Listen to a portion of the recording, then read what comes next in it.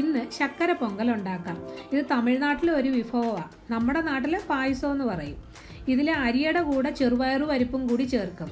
നമ്മൾ പായസം വെക്കുമ്പോൾ അരിപ്പായസം അല്ലെങ്കിൽ ചെറുപയറു പായസം, അല്ലാതെ ഇത് രണ്ടും കൂടെ ഒരുമിച്ചിട്ട് അങ്ങനെ വെക്കാറില്ലല്ലോ. പൊങ്കൽ സമയത്ത് തമിഴ്നാട്ടിലെ എല്ലാ വീടുകളിലും ഉണ്ടാക്കുന്നതായത്. അതിനുവേണ്ടി 1 കപ്പ് പച്ചരി, നമ്മുടെ സാധാ പച്ചരി മതി, അല്ലെങ്കിൽ പിന്നെ പൊന്നി പച്ചരി, ബസുമതി അരി നല്ലതാണ്. ഞാൻ അത് വെച്ച് ഉണ്ടാക്കിയിട്ടുണ്ട്. പിന്നെ പായസ പച്ചരി അത് വെച്ച് പറ്റത്തില്ല. ചക്കരപ്പൊങ്കൽ ഉണ്ടാക്കുന്നതിന് അത് ഉപയോഗിക്കാറില്ല.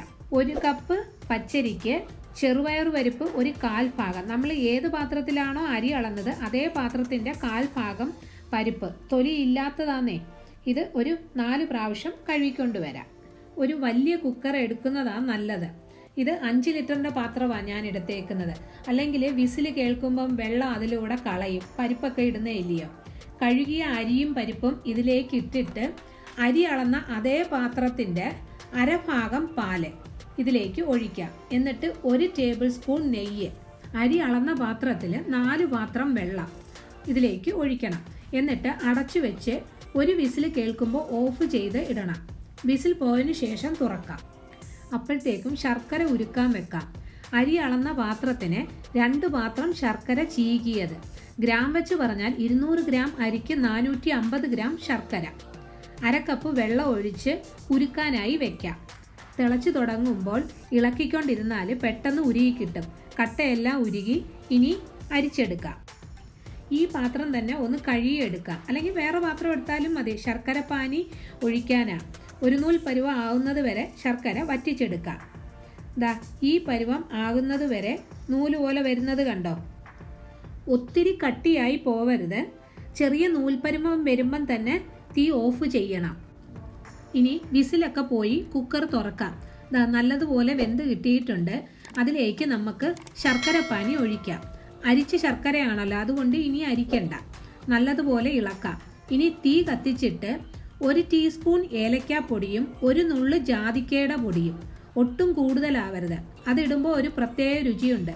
പക്ഷേ കൂടുതൽ അതിൻ്റെ സ്മെല്ല് വന്നാൽ കൊള്ളത്തില്ല. എന്താണ് ഇട്ടിരിക്കുന്നതെന്ന് അറിയുകയും ചെയ്യരുത്. എന്നാൽ അതിൻ്റെ ഒരു ചെറിയ ടേസ്റ്റ് വേണം താനും. അതാ സ്വല്പം മാത്രം ഇടാൻ പറഞ്ഞത്.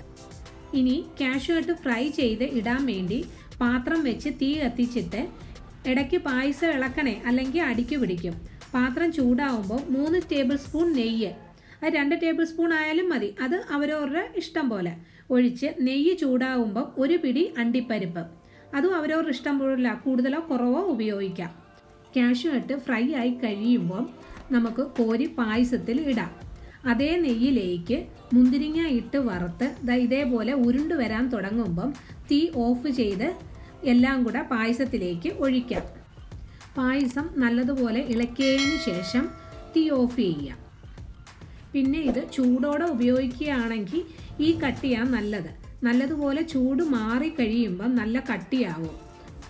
2-3 മണിക്കൂർ കഴിഞ്ഞിട്ട് ഉപയോഗിക്കാനാണെങ്കിൽ, അല്ലെങ്കിൽ ലിക്വിഡായിട്ട് വേണ്ടുന്നവരാണെങ്കിൽ കുറച്ച് തിളച്ച വെള്ളമോ തിളപ്പിച്ച പാലോ ഒഴിച്ച് ചൂടാറുന്നതിന് മുമ്പ് തന്നെ ഇളക്കണം. പിന്നെ ഇതിൻ്റെ ഹൈലൈറ്റ് എന്ന് പറയുന്നത് ജാതിക്കയാണ്. അത് പറഞ്ഞതുപോലെ ഇടണമെന്ന് മാത്രം. 1 നുള്ള് എങ്ങനെയാണ് പൊടിക്കുന്നതെന്ന് വെച്ചാൽ ജാതിക്കാക്കുരു എടുത്ത് ഗ്രേറ്ററിൻ്റെ ചെറുതിൽ ഗ്രേറ്റ് ചെയ്ത് എടുത്താൽ മതി. എല്ലാവരും ഉണ്ടാക്കി നോക്കണം. ഇഷ്ടപ്പെട്ടാൽ ലൈക്കും ഷെയറും ചെയ്യണം. സബ്സ്ക്രൈബ് ചെയ്തിട്ടില്ലെങ്കിൽ സബ്സ്ക്രൈബ് ചെയ്യണേ. താങ്ക്